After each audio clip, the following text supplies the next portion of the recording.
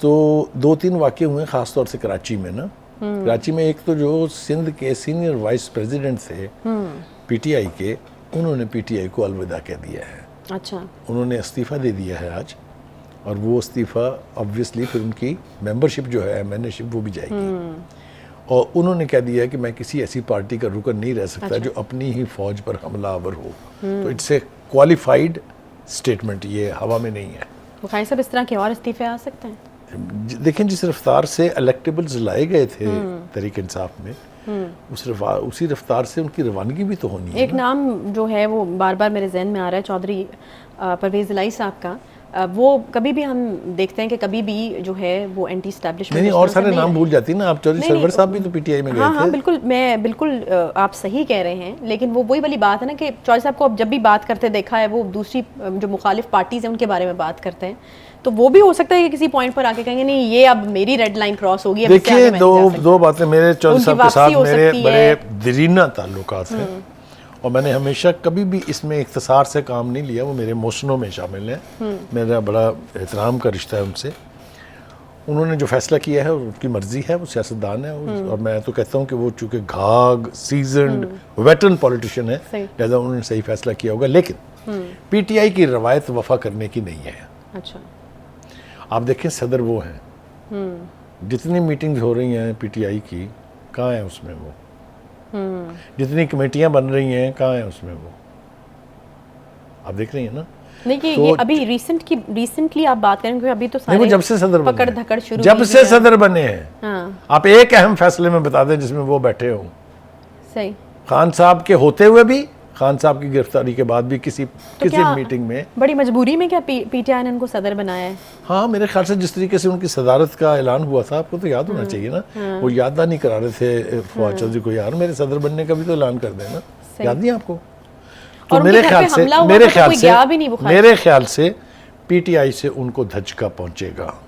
अच्छा, पीटीआई से उनको धचका पहुंचेगा, या वो पीटीआई को धचका देंगे? नहीं, वो देने पर मजबूर हो जाएंगे ऑब्वियसली। जब वो देखेंगे कि मेरी दाल यहाँ नहीं गलती है, जब वो देखेंगे कि यहाँ मुझे वो ऑनर, वो ग्रेस नहीं मिलती जो मैं डिजर्व करता हूँ, तो वो ऑब्वियसली चले जाएंगे, छोड़ जाएंगे। ठीक है। तो ये भी बहुत देर इसमें नहीं है। कौमी असम्बली ने तौहीन पार्लियामेंट बिल 2023 की मंजूरी दे दी है। यकीनन आपके इल्म में है कि इस पर बात जो है वो काफ़ी देर से चल रही थी, लेकिन बुखारी साहब, आज जो है वो बाकायदा इसकी मंजूरी दे दी गई है। क्या अहमियत है इसकी?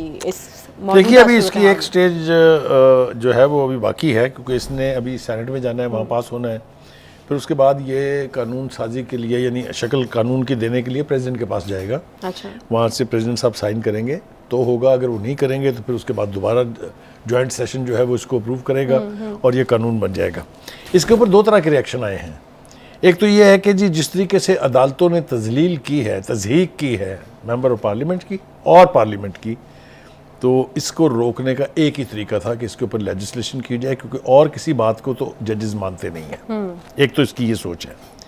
दूसरा इसका ये है कि जो कोई भी अदारे, इंडिविजुअल या मीडिया जो कंडक्ट के ऊपर लोगों की जो यानी उनके ऊपर जो इल्ज़ामात हैं उसको हाईलाइट करते थे, उनके ऊपर भी इसका इतलाक होगा। यानी ये जर्नलिस्टों का मुंह भी बंद करने की कोशिश करार दी जा रही है। इसके ऊपर कुछ लोगों ने बाकायदा ये ट्वीट्स भी किए हैं, कुछ लोगों ने बाकायदा प्रोग्रामों में बैठ के भी इसके बारे में कहा है, और जो सहाफ़ती तंजीमें हैं वो भी इसके बारे में बहुत रिजर्वेशंस हैं उनकी कि जी, ये कानून जो है ये अगर बन जाएगा तो मीडिया जो है वो फिर किसी पार्लियामेंटेरियन को और पार्लियामेंट के किसी एक्ट के ऊपर कोई तबसरा भी नहीं कर सकता। ये उनका ख्याल है। इसका तरीक़ाकार क्या होगा? क्या ये जो फैसला है सज़ाएं देने का, जिसमें कहा जा रहा है कि मुर्तकिब मुल्ज़िम को 6 महीने के 10 लाख जुर्माने की सज़ाएं दी जा सकेंगी, तो ये पार्लियामेंट के थ्रू ही दी जाएंगी? किस तरीके से? देखिए, इसका एक तरीका तो ये है कि एक कमेटी बनेगी जिसमें 50% लोग जो हैं अपोजिशन के होंगे, 50% गवर्नमेंट के होंगे।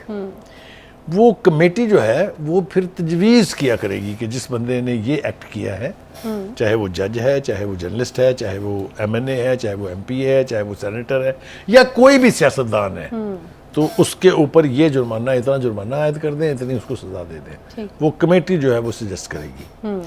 लेकिन असल बात यह है कि क्या ये पाकिस्तान के आइन की स्पिरिट में है क्या ये ऐसा करना जो है ये एक डिसेंट एक्ट है?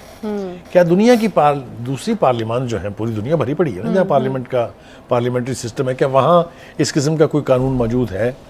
तो मेरा ख्याल से फौरी तौर पे इसका कोई पैरेलल ढूंढना आसान नहीं है। अच्छा, मेरे इल्म में कम से कम नहीं है कि किसी और पार्लियामेंट में। देखिए तरीके बहुत सारे हैं।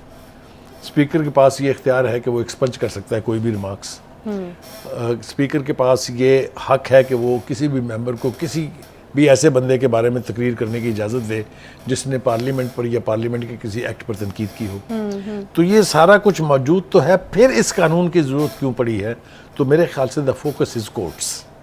अच्छा, कि कोर्ट में जिस तरह से जिन नामों से पुकारा गया, मैंने पहले भी मिसाल दी है उसकी, तो कोर्ट्स टारगेट है बेसिकली कि अदालतों में इस किस्म की तनकीद जो है वो पार्लियामेंट पर, पार्लियामेंट के फैसलों पर ना आए। क्योंकि अगर वक्त नहीं है, वरना मैं आपको रिकॉल करके बताता कि किस किस वक्त में जजेस ने क्या क्या कहा है। सिसिलियन माफिया वाली मैंने बात तो आपको कर दी है, क्योंकि फैसले जो है ना वो इस किस्म के इस्तिलाहात से नहीं शुरू होते। फैसले दो तरह से शुरू होते हैं, या फैक्ट्स पर या प्रेसिडेंट की बुनियाद पर, कि साबिका कोई फैसला हुआ हो, किसी बड़े अहल जज ने किया हो तो उसको आप फॉलो करते हैं। ये नहीं हो सकता कि आप अपनी मर्जी का जो दिल में आपके आए वो फैसला लिख दें। तो ये कानून जो है इसके ऊपर अभी मेरे ख्याल से और ले दे होगी। अच्छा, इसके ऊपर अभी मजीद क्रिटिसाइज किया जाएगा, और ये क्रिटिसिज्म जो है हर तरफ से आएगा। जब ये कानून बन जाएगा उसके बाद क्या इसको चैलेंज किया जाएगा अदालतों में? क्या अदालतें फिर इसको नल एंड वाइड करार दे देंगी?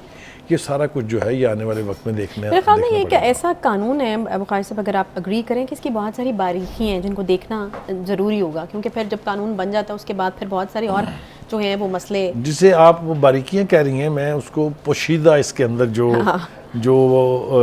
यानी नुक्ते या पोशीदा पहलू नहीं, जो पहलू जो इसके जो पोशीदा पहलू हैं वो असल बात डेंजरस है भी उन्हीं में, वो देखने पड़ेंगे जब ये जिस शक्ल में ये कानून पास होगा अल्टीमेटली वो क्या है। सही है, ठीक है। बहुत शुक्रिया बुखारी साहब, थैंक यू सो मच आज के लिए। कल इंशाल्लाह आपसे मुलाकात होती है, तब तक के लिए अपना ख्याल रखिए। अल्लाह हाफ़िज़।